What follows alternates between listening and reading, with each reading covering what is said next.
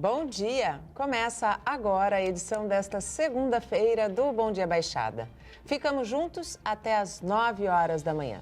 Abrimos a semana falando sobre meio ambiente em Santos e São Vicente. Para tratar de diversos assuntos, recebemos o secretário de Meio Ambiente de Santos, Marcos Libório. Secretário, seja muito bem-vindo ao nosso programa. Bom dia. Bom dia, Nathalie. Bom dia a todos. E também Silmara Casadei, secretária de Meio Ambiente de São Vicente. Secretária, seja muito bem-vinda ao nosso programa. Bom dia. Muito obrigada. Bom dia a todos. E a partir de agora, você também pode fazer a sua pergunta para os nossos convidados, participar do nosso programa pelo nosso WhatsApp, que é o 13988779496, ou pela nossa fanpage no Facebook, onde também já estamos simultaneamente ao vivo.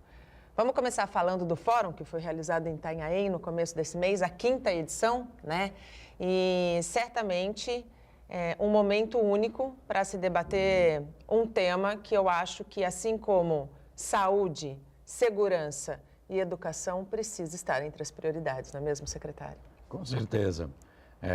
Dia 1º, realizamos o 5º Fórum de Secretários de Meio Ambiente em Santos. E foi muito positivo, porque a gente pôde alinhar algumas pautas, algumas questões que são comuns a todos os municípios, né? A gente entende que os municípios do litoral, eles acabam tendo uma série de ações comuns, uma necessidade comum, que o que nos une é o oceano, né? Então, algumas questões precisavam ser alinhadas, e principalmente construir conjuntamente uma pauta, um calendário, algo que a gente pudesse realmente perseguir conjuntamente e construir como um manifesto de educação ambiental. Que foi, inclusive, um manifesto de educação entregue para a presidente da CETESB, não é mesmo? Isso mesmo, né? A gente trabalhou, né, na elaboração desse documento, até coordenado pelo Marcos Libório, e nesse dia foi feita a entrega por todos os secretários para que a gente possa alinhar, né, as políticas de educação ambiental na Baixada de uma forma integrada, única, integrada. Porque, assim, de nada vai adiantar, por exemplo, se Santos, né, faz um trabalho belíssimo de educação ambiental e, de repente, São Vicente não faz, as coisas elas estão conectadas, então não adianta nada. Eu não tenho como promover um trabalho de limpeza da parte do mar, né, por exemplo, em São Vicente, e isso não está conectado com as outras cidades. Então, a gente tem falado muito essa linguagem aí única, né, e com um grupo extremamente bacana, assim, a gente... Comprometido, a gente se dá super bem, as relações, elas são muito... prósperas, assim, né, de discussões. A gente tem até grupo no WhatsApp, né, onde a gente troca diariamente experiências, a gente troca documentos, né, então um tem uma lei que pode servir ao outro e assim vai, né. O Libório tem nos ajudado muito aí com a implantação dessas leis, né, de política de coleta de resíduos, que ele está saindo aí na frente com essa experiência. Secretário, pautas comuns. Além da educação ambiental, que eu acho que tem que, de fato, ser uma preocupação, porque, como a gente mesmo diz, é no berço, é na educação que a gente forma uma geração mais consciente. Mas fora a pauta da educação ambiental, que deve ser comum, quais são os outros temas que, quando a gente fala de meio ambiente, a gente vê que tanto Santos, São Vicente, Guarujá, Praia Grande, as 9 cidades da nossa região passam por esse problema, e precisam buscar soluções comuns. Isso. A gente tem que construir um mapeamento, Nathalie, é exatamente isso, um mapeamento de quem já está engajado também, trabalhando com a gente, a sociedade civil organizada, organizações não governamentais, para que a gente possa avançar. A educação ambiental, muitas vezes, as pessoas pensam que é apenas palestras, distribuição de panfleto, alguma coisa. Não é.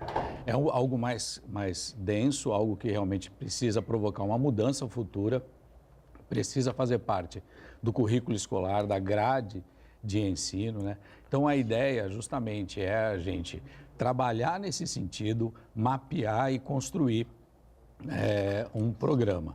A educação ambiental, ela vem nessa pauta, ela vem realmente forçando esta união para que a gente possa, de uma vez por todas, realmente colocar em discussão aquilo que os gestores do futuro, né, que são as nossas crianças, e os melhores fiscais atuais, que também são as nossas crianças, possam refletir com aquilo que está acontecendo, aquilo que nós estamos vendo hoje em dia e que não possamos errar futuramente, né? Aliás, de erro já basta os que essas gerações cometeram, né? As gerações que estão aqui, as mais antigas cometeram, porque a gente colhe os frutos daquilo que não foi bem germinado, né? Exatamente.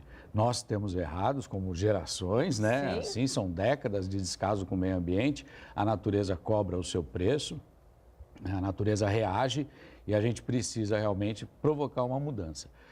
Além deste mapeamento, né, existem algumas pautas que são comuns, por exemplo, o licenciamento ambiental entre os secretários, este alinhamento de toda a construção do processo legal, né, porque às vezes a gente verifica que o distanciamento de uma decisão, só contextualizando, o distanciamento de uma decisão, por exemplo, uma decisão tomada a nível federal, né, não consegue verificar quais são as necessidades locais e a abrangência local de um impacto, né?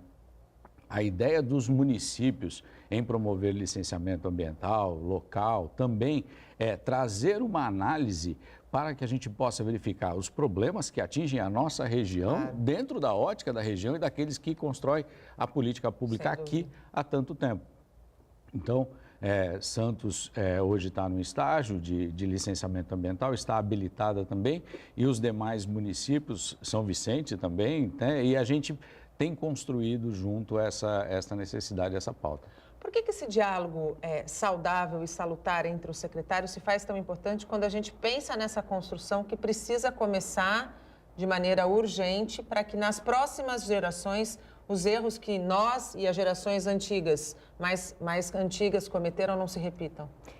Porque eu acho assim, a grande discussão hoje da questão da educação ambiental, ela passa por valores, né? São esses valores humanos. Então, na verdade, não adianta mais a gente fazer um discurso, né, de educação ambiental sem a gente incorporar a educação ambiental. Então, ela tem que fazer parte da vivência, tanto da criança na escola como nas comunidades. Hoje a gente entende assim que essa integração ela vai permitir que as experiências sejam trocadas e os projetos sejam fortalecidos. Então, aquilo que a gente vai implantar, né, na questão da Baixada Santista vai ser de forma mais fortalecida, né? Então, para o futuro, a gente entende que isso vai estar mais consolidado, né? O que vai permitir também que não haja uma descontinuidade política, independente de partidos, e as coisas vão caminhar. Tanto que nós, dentro da Baixada, a gente tem várias, né, ideologias, várias siglas partidárias, mas enquanto secretários de meio ambiente, eu sinto que todos estão engajados nos objetivos das questões ambientais, né? Todos com um compromisso profissional de fazer o melhor. Essa questão da educação ambiental, Marcos, como levar? Porque uma coisa é a gente ter ações pontuais dentro das escolas, que são importantes, são fundamentais. Outra coisa é a gente incluir a educação ambiental dentro do currículo das escolas, né? Como disciplina mesmo. Como mudar essa concepção e convencer quem de fato monta a grade de que a educação ambiental é tão importante como, por exemplo, discutir história, geografia? Isso. Em junho do ano passado, nós criamos a Comissão Intersetorial de Educação Ambiental, com o objetivo principal de formar o Plano Municipal de Educação Ambiental. A ideia é essa. A ideia é que a gente tenha um plano municipal que balize estas decisões e a construção dessa grade. Então, é uma comissão que tem representantes da Secretaria de Educação, da Secretaria de Saúde, da Secretaria de Meio Ambiente. Então, são vários profissionais de diversas especialidades que vão construir essa pauta para que a gente possa realmente incluir de forma organizada. Inicialmente, a gente já busca alterar algumas informações ou colocar algumas informações mais ricas do ponto de vista de meio ambiente nas escolas que já têm o contraturno escolar. Sim. Então, aproveitaria aquele momento onde a criança permanece na escola, já realiza algumas outras oficinas, como oficinas de esporte, música, arte, né? E também possa conhecer os pilares da preservação do meio ambiente, de conservação ambiental. Isso é fundamental também. Por isso que a escola em tempo integral seria uma ferramenta tão importante quando a gente pensa em estabelecer a educação ambiental como disciplina mesmo, né? Sim, eu penso até que a questão da educação ambiental, ela não deveria ser um tema tratado só por um professor de uma disciplina. Por todos, Mas né? ela deveria ser incorporada em todos. Então, o professor de geografia deveria pensar no quanto aquele conteúdo dele está interligado com a questão da educação ambiental, Até o de matemática. matemática, português, todos eles abraçando a causa, porque na verdade é uma causa, né? Eu assisti agora esse final de semana aquele filme E.O., não sei se que é do planeta, né? E aí a gente percebe assim que não é que o planeta Terra está acabando, mas ele vai acabar excluindo o ser humano do planeta por estar acabando com a Terra. É a lei da seleção, né? Mas a seleção quem está fazendo não são os homens, é o ambiente. O próprio ambiente. Então, eu acho que hoje não dá mais para a gente falar assim, olha, vamos salvar, vamos preservar. Eu acho que é uma urgência tão grande olhar para o que está acontecendo com o planeta. A gente percebe, então o pessoal fala assim, mudança climática, isso, tem gente que fala que é clichê, que não é.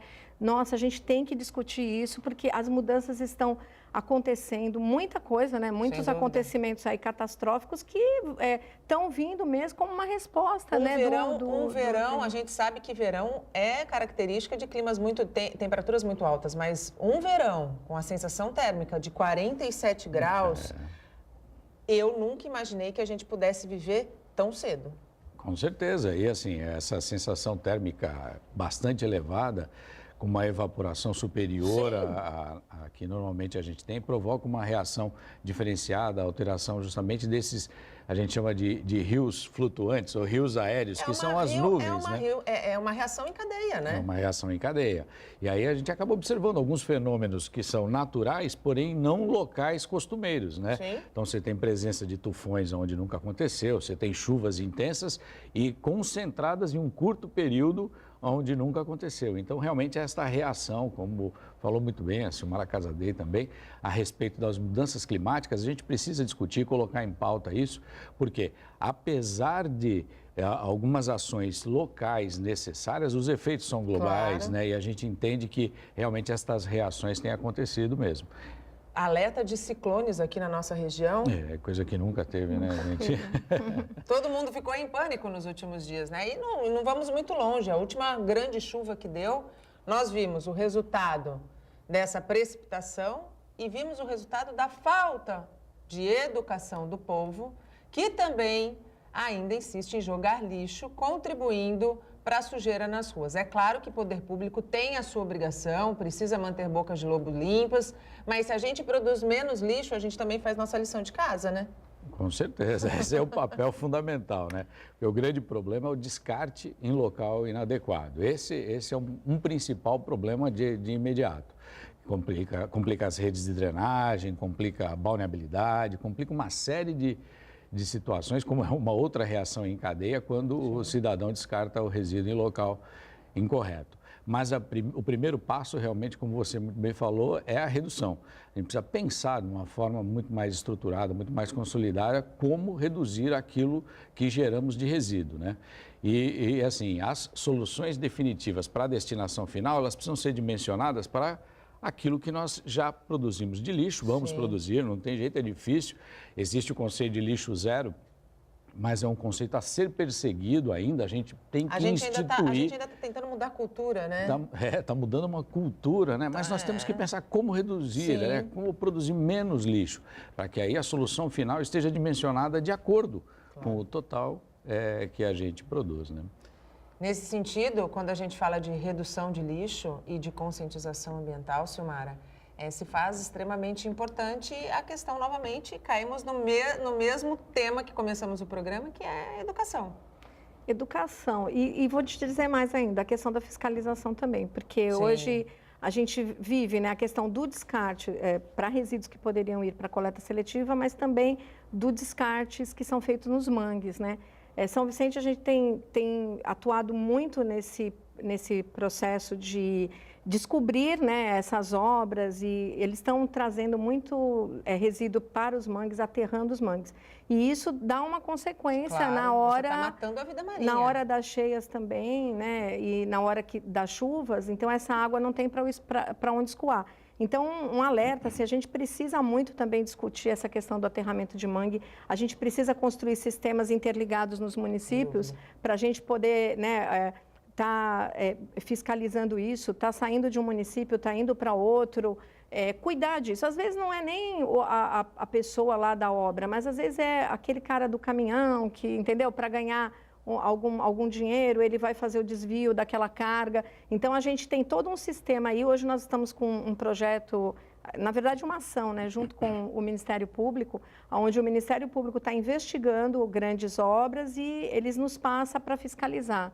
E a gente até tem feito um trabalho aí, né, com o Santos, interligado, onde a gente busca saber, ó, tá obra, tá com gerenciamento, não tá. E aí a gente vai tendo essa comunicação. Só que isso poderia até ser aprimorado se houvesse um sistema, né? Claro. Para que a gente pudesse ter uma fiscalização mais inteligente e não assim de trabalho de formiguinha como a gente tem feito.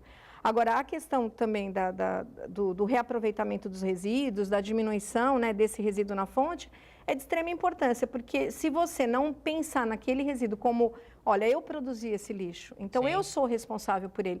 E hoje, infelizmente, as pessoas ainda não estão sensibilizadas para a sua parte, não tem essa consciência. Adoram apontar o dedo, Exatamente. mas na hora que vai para dentro de casa não faz a lição, né? Exatamente. E as crianças chegam em casa com esse apelo, entendeu? Pedem para que os pais façam. É muito bonito ver isso. E, ao mesmo tempo, se o pai não dá o exemplo em casa, estou cansado, não tenho tempo para separar material, não tenho tempo para para cuidar de uma composteira em casa, você acaba tirando esse sonho da criança de ter um mundo melhor. E a gente tem que ver que tudo que a gente está fazendo não é para a gente. É lógico. Né? Nós estamos fazendo mesmo para eles, para as futuras gerações. Então, a gente tem que ter esse respeito, agregar o trabalho que as escolas fazem, porque eu acredito que as escolas fazem um trabalho muito bonito. As crianças elas vivem com sonhos Basta conversar com uma criança depois da aula, né? Exatamente. Elas chegam todas cheias de gás em casa para aplicar os conceitos, as propostas que elas aprenderam na escola. Então, cabe a nós, né, adultos, a gente tem que comprar essas ideias, a gente tem que participar disso e aplicar no nosso dia a dia, porque se a gente não fizer isso, a gente vai, né, não ter um futuro tão legal para eles, né, para deixar para eles, filhos, netos e quem está vindo, né? Exatamente. A gente faz um rápido intervalo. No próximo bloco, nós vamos falar um pouquinho mais sobre fiscalização dos pequenos e dos grandes geradores de lixo. Não saia daí, até já. Estamos de volta e abrimos espaço para as notícias que são da nossa região. De quem é a preferência em uma rotatória? A dúvida, muito comum, provocou uma nova campanha da CET aqui em Santos. Em uma rápida conversa, o agente instrui o motorista sobre como trafegar em cruzamentos com rotatória. Tá? É o que diz a placa ali, ó. Dê a preferência e embaixo o símbolo da rotatória, quem está na rotatória. Aquele centro ali chama ilha. Transitar por cima de ilha é uma infração gravíssima multiplicada por 3. Os motoristas também recebem um panfleto informativo. É uma campanha educativa. Esta ação vai acontecer em todos os cruzamentos com rotatórias da cidade. É muito importante porque muitas pessoas não sabem, né, dessa orientação, que acha que a preferência é minha porque tem a placa de preferência e passa direto. Isso que é muito importante. Tem que ficar esperto, né? Tem que ficar esperto, senão a multa é alta. Eu sempre vejo o pessoal passando por cima ali, ó, e vários acidentes nas rotatórias direto. Em Santos existem 46 rotatórias, como essa daqui onde a gente está, no Campo Grande, no cruzamento das ruas Visconde de Faria com Duque de Caxias. Segundo a CET, o índice de redução de acidentes em cruzamentos que tem esse equipamento é de até 65%. Funciona, mas o motorista tem que fazer a sua parte e respeitar as regras. A gerente de educação da CET diz que não tem segredo, mas sempre é bom reforçar. Tem a prioridade de passagem aquele veículo que ingressa primeiro na sinalização. E também onde as rotatórias são instaladas, a via perde a preferencial. Então entra a placa de dê a preferência, que é isso que significa, tem a preferência aquele que ingressa primeiro na rotatória. Lembrando que se respeitar o limite de velocidade, melhor ainda, né? Sim, isso é regra, né? Respeitar o limite de velocidade de uma via.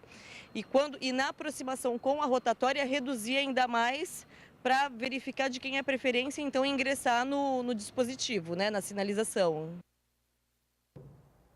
Como bem disse o Fabiano Roma, as rotatórias e os redutores de velocidade diminuem, é verdade, o número de acidentes. Mas se todos os motoristas que lá atrás, quando precisam tirar a carteira de motorista, guardassem na cabeça tudo aquilo que aprendem nos cursos para que possam ser habilitados e não colocassem o conhecimento guardado no porta-luvas do carro, certamente nem essa campanha, nem nenhuma outra campanha precisaria ser feita. Aliás, esse recurso poderia ser destinado para outro tipo de ação que é necessária. Nós estamos aqui falando mais uma vez de educação.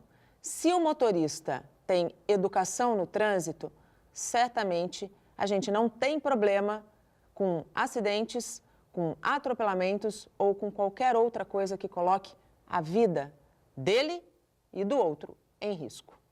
Em Cubatão, moradores do Bolsão 7 estão na bronca com a prefeitura. Reclamam da falta de atenção das autoridades. O mato toma conta das calçadas. O que era para ser uma área de lazer para as crianças, um parquinho, está se acabando e sendo engolido também pelo mato. E ainda tem o lixo. Olha só o amontoado na frente do prédio. Dona Gisele diz que faz tempo que está aí. 15 dias. E ninguém vem tirar. Ninguém vem tirar. E o que acontece com esse lixo aí? Tem bicho aí? Tem cobra. Aí eu fui jogar o lixo e a cobra, o filhote de cobra aí dentro nesses lixos, no meio dos lixos. Aí. Dá medo? Dá medo, dá muito medo. Mas à noite ainda é pior. Estamos no Bolsão 7, em Cubatão. Essa é a rua Manuel Martins de Souza. Só buraco. Seu Lindomar diz que está assim, não é de hoje. Essa rua aí tá assim desde quando a CDHU começou a fazer esses trabalhos aqui. Essa parte aqui de obra aqui, caminhões passando, e eles falavam que era o ônibus, sem ser o ônibus passava lá na rua de trás. Afundou as nossas ruas e até hoje não arrumaram. Dona Valdelice, sempre que vai levar a neta na escola do bairro, tem que desviar desse monte de lixo na calçada. As crianças são obrigadas a estar passando, né, nessa lixaiada. Às vezes uma pessoa idosa passa, às vezes cai, né? Então é uma nojeira total. Isso é uma coisa que a gente fica sem saber, né, até sem saber o que fazer. E perto daquele parquinho que a gente mostrou no início da reportagem, dá uma olhada na situação que nós encontramos por aqui. Tá vendo esse caminho aqui? Se a gente olhar para o chão, a gente vê os blocos de pavimentação, mas o mato já está tomando conta de tudo.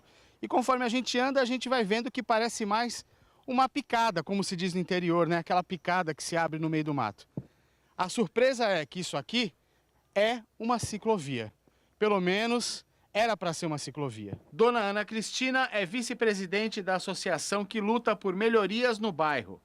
Ela não esconde a indignação e diz que o local foi esquecido pela prefeitura. Eu me sinto ofendida, me sinto triste, porque nós pagamos impostos, todo ano é cobrado imposto aqui. Mas resolver a situação na comunidade, ninguém se mexe, só promessa. De fato, as promessas ali não podem continuar. Tenho certeza que a administração de Cubatão, a assessoria de imprensa, acompanha o nosso programa, assistiu a essa reportagem e vai, se não responder a nós, que é o que menos interessa, responder aos moradores. Porque, de fato, aquele mato já virou mato alto. Tem perigo de proliferação de bichos. Nós estamos falando de saúde. E nós mostramos também, agora eu vou virar aqui para geral, nós mostramos também o acúmulo de lixo nas calçadas. É mais uma prova de que poder público e consciência do cidadão precisam andar juntas, né? O poder público para funcionar recolhendo aquele lixo todo. Agora, se o cidadão faz a sua parte, com certeza aquele volume seria menor, né? E ali tem lixo misturado com um pedaço de madeira, tudo bagunçado. E mais uma vez, né, a gente fica insistindo no óbvio, né, que não pode descartar o lixo em local errado. E é tão interessante que a população é que decide quanto que uma prefeitura vai investir na coleta de lixo. Sim. Porque a partir do momento que a população coloca o resíduo na calçada, a prefeitura é obrigada a recolher. Claro. É uma questão de saúde, né, é uma questão de organização. Então, colocou o resíduo para a calçada, tem que levar, não tem jeito. A prefeitura tem que se organizar de forma suficiente para levar. Quem decide o quanto que um município, qualquer um município, investe em coleta de resíduo é o cidadão. Daqui a 10 anos, quanto que nós vamos investir em Santos em coleta de resíduos. O cidadão precisa pensar nisso e realmente começar a usar as ferramentas que estão disponíveis já da melhor maneira possível, coleta seletiva, catatreco, né, a coleta diária, para que se evite, né, esses infortúnios, né? Não, e assim, se é para decidir como usar o recurso, como usar o investimento, vamos decidir para usar o investimento de uma maneira inteligente, né? Não para ficar limpando uma sujeira que a gente sabe que pode ser diminuída e depende só de cada um. Isso, e hoje com a questão dos ecopontos, né, que nem São Vicente tem 3 ecopontos. Então, não haveria necessidade das pessoas também colocarem resíduos assim, né, descartarem de qualquer forma, porque elas têm essa opção de levar. Tem um na área continental, já temos 2 na área insular e com proposta de só esse ano mais 2 ecopontos. E o que é triste é ver, entendeu, que as pessoas hoje, elas compram móveis, compram qualquer coisa e ao mesmo descartam tempo, o velho, né? elas já De qualquer jeito. querem descartar de qualquer jeito. A gente tem um projeto lá que é bem interessante, que a gente está trabalhando agora com os resíduos volumosos. Então, nós temos a gente chama de ateliê lixo inteligente, onde nós trabalhamos com pneus. Então, a gente faz móveis com esses pneus, móveis assim. Era legal depois a gente até poder mostrar umas fotos, porque é bem legal. E com reaproveitamento, lixeiras feitas de pneu, jardineiras, vários objetos. E também com a questão dos móveis. Então, reaproveitamento de madeira. A gente tem uma oficina, uma marcenaria e tapeçaria, onde a gente aproveita o retalho para poder compor os móveis. E a gente faz sofás novos, tal. E o que é interessante é que a venda desses sofás depois das aulas está gerando aí a formação de uma cooperativa, que é a Cooperativa Okavango, que até tem esse nome por conta de ser um rio da África, que ele vai desbravando lugares e tal, e a turma da cooperativa escolheu esse nome. E eles estão montando essa cooperativa só para vender esses materiais que eles trabalham recolhendo esses resíduos da parte do volumoso. Então, reaproveitamento dessa madeira, porque senão, madeira boa, entendeu? Que pode ser reaproveitada para construir um outro objeto, uma mesa, uma cadeira, um aparador, acaba indo para o aterro sanitário.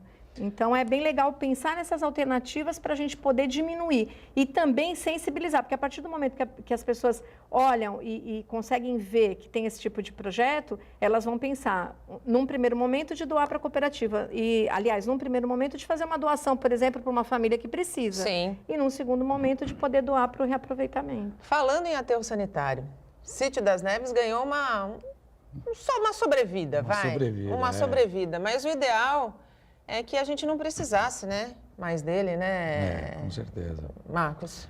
Essa licença, essa ampliação da licença que foi concedida é um prazo maior para que a gente possa pensar numa solução definitiva realmente, né? E como a Silmara colocou, o reaproveitamento, né, principalmente dos grandes volumes, pneus, algumas coisas que hoje são direcionadas ao aterro sanitário indevidamente, a gente pode melhorar muito nisso também. Os recicláveis, nós temos gradativamente promovido um aumento com o programa Recicla Santos, que saímos aí de 2017 em 4.500 toneladas, agora para quase 12.000 toneladas de recicláveis. Então, a gente sabe que há muito o que fazer na reutilização, no reaproveitamento, na reciclagem, né? Para que a gente possa ter esse tempo utilizado de ampliação do prazo do aterro sanitário, utilizado de forma correta, ou seja, utilizado para que a gente possa pensar numa solução definitiva que seja ambientalmente melhor, né? A utilização entre as células atuais, que foi permitido pela CETESB, o aterro sanitário, era uma solução necessária. Não, realmente estávamos aí, se fosse ainda pelos prazos anteriores, em maio de 2019, com esgotamento do aterro. Então, avançamos aí mais alguns 3 ou 4 anos, no máximo, para que os municípios possam se organizar de uma forma assertiva e aí tentar uma outra solução que seja melhor para o meio ambiente. Realmente, há o que se fazer, há o que se pensar e planejar nesse sentido. Você acha que esse tempo é suficiente, Marcos? Hoje já é insuficiente. Não é? Já é insuficiente. Nós precisamos melhorar, precisamos ampliar os estudos, realmente dar a direção, porque se pensarmos em prazos de licenciamento em estudo, 3 anos é muito rápido. É muito pouco. É pouco, não tem jeito. Só né? para um licenciamento leva-se quanto tempo? Dependendo da rota escolhida ou dependendo da solução escolhida, você não consegue licenciar em menos de 5 anos. Sim. É de uma forma, assim, ampla, discutida, né? Viável, responsável realmente, né? Então, é muito tempo? Depende. Se você pensar que, por exemplo, o aterro sanitário fica 20 anos, com prazo estendido, chega a 30, muito mais tempo, então a gente precisa investir no planejamento, investir no estudo, porque o convívio vai ser por um longo período. Sem dúvida. O convívio com a solução vai ser por um longo prazo. Então é bom a gente investir nesta fase agora de planejamento. A gente vai começar a falar no finalzinho desse bloco sobre fiscalização e a gente vai seguir falando sobre a fiscalização no próximo bloco. Como é que está a situação, Marcos, desde que a nova lei do lixo foi implantada em Santos? Quem ainda insiste em infringir a lei? Infelizmente, nós ainda observamos muita mistura. Na própria cooperativa que recebe a coleta seletiva em Santos, os números que utilizamos, nós utilizamos o dobro e mais um pouco de coleta seletiva já, de sucesso. Porém, o que chega lá é muito mais, né? O que a gente abate o rejeito, a gente abate aquela parcela que realmente não é aproveitada. Mas a população precisa investir realmente um tempo para fazer a separação e aproveitar o horário da coleta seletiva de uma maneira melhor. Alguns locais, infelizmente, alguns comércios ainda, a gente observa ainda muita mistura, né? Nós temos realizados uma campanha também na faixa de areia, com o Recicla Praia, né, em complemento ao que já existe no Recicla Centro, colocando mais uma alternativa para que os recicláveis possam ser entregues da maneira correta. Então, esse trabalho tem sido feito. Há uma redução já em Santos do que é enviado ao aterro sanitário do resíduo comum, que é em torno de 10%, e o aumento do dobro do reciclável. Então, essa estatística ela é favorável para a gente. Mas, como você mesmo colocou, Nathalie, ainda há um caminho que precisa ser percorrido. Claro. E esse caminho é com o engajamento da população. É todo mundo se apropriando, né? Exato. De realmente entender que é meu ambiente, não é meio ambiente, é o meu ambiente. Como que eu vou contribuir? Eu estava esse final de semana conversando até em casa, eu falei assim, olha... dava para fazer uma hashtag, seu lixo tem seguidores, porque são os ratos, as baratas, as moscas, o seu lixo tem seguidores. É verdade. Né? Aonde você mandar, ele tem. Então, a gente precisa organizar, não tem jeito. Sem dúvida nenhuma. A gente vai para um rápido intervalo, senão eu vou estourar. E você abre o bloco falando de como é que está essa fiscalização em São Vicente. Não saia daí, até já. Estamos de volta e chegamos ao último bloco do nosso programa. Hoje recebemos o secretário de Meio Ambiente de Santos, Marcos Libório, e Silmara Casadei, secretária de Meio Ambiente de São Vicente. Ainda dá tempo de você participar do nosso programa, fazer sua pergunta para os nossos convidados, através do nosso WhatsApp, que é o 13 988779496, ou pela nossa fanpage, onde estamos simultaneamente ao vivo desde as 8 horas da manhã. Silmara, como prometido, como São Vicente tem fiscalizado e, infelizmente, autuado aqueles que insistem em desrespeitar o que manda a lei? Então, na questão própria da coleta seletiva, a gente tem feito um trabalho muito legal com a questão dos catadores, porque a gente, hoje São Vicente é uma cidade que tem esse trabalho com catadores aí, que já vem, né, desde a época da desativação do lixão, mas, por exemplo, nesses 2 últimos anos, nós partimos de uma cooperativa de catadores para uma associação e mais 3 cooperativas. Qual é a ideia disso? É poder fortalecer. Então, a gente tem como se fosse, dentro da Secretaria de Meio Ambiente, uma incubadora de cooperativas para que a gente possa fortalecer o catador, para que ele possa, né, prestar um serviço adequado, porque a gente tem hoje o Recicla Condomínio, e que é um projeto próprio para os condomínios. Então, nesse projeto, o catador ele entra dentro do prédio, ele troca os bags para coleta seletiva. Então, é um trabalho personalizado. Então, a gente tem trabalhado na questão da formação e também do reaproveitamento da reciclagem desse resíduo dentro das cooperativas, porque muita coisa acaba virando renda, né? Que é fonte de renda. E muita coisa eles acabam priorizando plástico, papelão, coisas que agregam maior valor e acabam desprezando, tornando rejeito coisas que poderiam ser recicladas. Então, nós temos fortalecido esse trabalho dentro das cooperativas com os catadores para que a gente possa ter um trabalho de excelência dentro da coleta seletiva do município, que hoje já acontece em 83%, né? A questão de setorizar também isso, a gente tem notificado, por exemplo, os comerciantes para a questão da logística reversa. A gente está fazendo todo um preparo na cidade porque a gente está começando a autuar. Então, por exemplo, aquele comerciante... Não, mas não é por falta de aviso, né? Não é por falta de aviso. A gente fez todo um trabalho ali com os fiscais de ir de comércio em comércio, falar sobre a logística reversa de vários produtos, indicar para eles aonde eles poderiam descartar corretamente. A gente tem uma parceria muito legal com a Associação Comercial de São Vicente e eles nos têm ajudado a lidar com essa questão da logística reversa, assumindo muitas vezes para si pontos de coleta de resíduos que são próprios, né, de comércios e indústrias. Então, assim, a gente está tentando fortalecer toda essa base de trabalho para poder começar numa coisa mais rígida e numa cobrança mais rígida. E uma coisa bacana que São Vicente tem, que incentiva todos a fazer coleta seletiva, é o IPTU verde. Sim. Né? Nós temos a lei do IPTU verde, onde as pessoas conseguem lá o seu desconto no próprio IPTU se elas adotarem algumas medidas sustentáveis. Então, a gente tem aí coleta seletiva, a questão das torneiras, né, econômicas, aquelas vasos sanitários também, com economia de água. Então, cada item desse vai registrar uma alíquota que vai ter um desconto depois. Tem locais, tem escolas, tem condomínios que já conseguem até 25%, 30% de desconto no IPTU, o que é um grande retorno para quem faz a coleta seletiva. Então, é uma compensação justa. É uma compensação justa, né? E a gente tem incentivado. E agora nós estamos no momento aí do pessoal requerer o IPTU verde, que termina em junho, né? No mês de junho. Então, todo mundo aí na correria. E aí, sim, a gente está saindo com os fiscais na rua, porque quem solicitou IPTU verde tem que realmente provar, estar participando, porque a gente vai fiscalizar. Não é só fingir que está fazendo, tem que fazer direito. Exatamente. A gente está quase acabando o programa e eu quero aqui depois já deixar acertado um novo programa com vocês para a gente falar de vida marinha. Porque eu acho que a gente precisa falar do lixo que é colocado nas areias, que vai para o nosso mar, que vai para o nosso oceano e que tem acabado com a nossa vida marinha. Mas eu quero encerrar o programa falando daquela escultura de peixe que foi colocado na praia, que ela é bastante diferente e eu acho que ela leva uma mensagem que faz todos nós refletirmos quando a gente deposita o lixo ali. Se um animal ingere aquilo, nós estamos contribuindo para que ele deixe de existir no planeta. É isso mesmo? É isso. Essa é a ideia.